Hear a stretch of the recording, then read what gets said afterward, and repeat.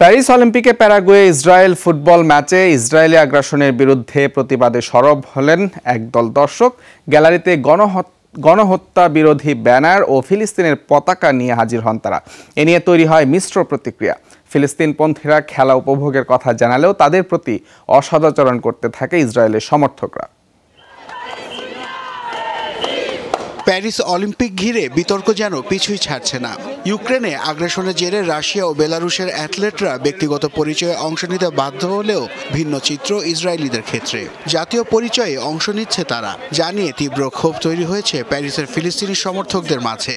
Olympic কমিটির দ্বিমুখী নীতির বিরুদ্ধে প্রতিবাদে সরব হয়েছেন অনেকেই, যে কারণে প্রতিনিয়তই চাপ বাড়ছে এবারে গ্রেটেস্ট শো অন আর্থ আয়োজকদের উপর। ফ্রান্সে ইসরায়েলি গণহত্যার প্রতিবাদে মুখর দেশটির ফিলিস্তিনিপন্থী সমর্থকরা। সবশেষ এর আঁচ দেখা যায় প্যারাগুয়ে ইসরায়েল ম্যাচে।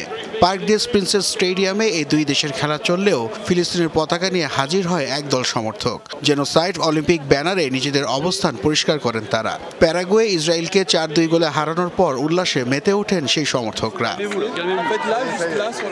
এখানেই বাধে বিপত্তি।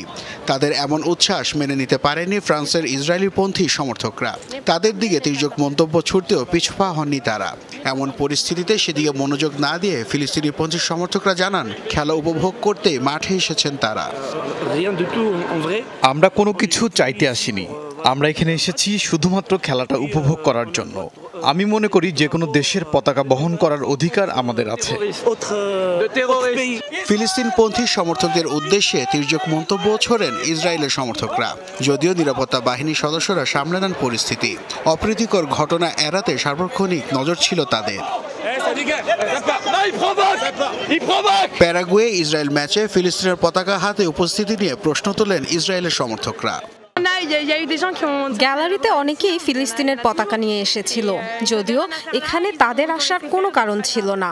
এ নিয়ে মাঠ ও মাঠের বাইরের ফরাসিদের দ্বারা উত্তপ্ত বাক্য ছড়ালেও আমি চাই ইসরায়েল এগিয়ে যাক।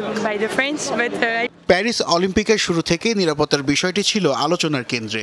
উদ্বোধনী অনুষ্ঠানের আগে রেলপথে সিরিজ হামলায় চিন্তার ভাঁজ পড়েছিল আয়োজক কমিটির কপালে।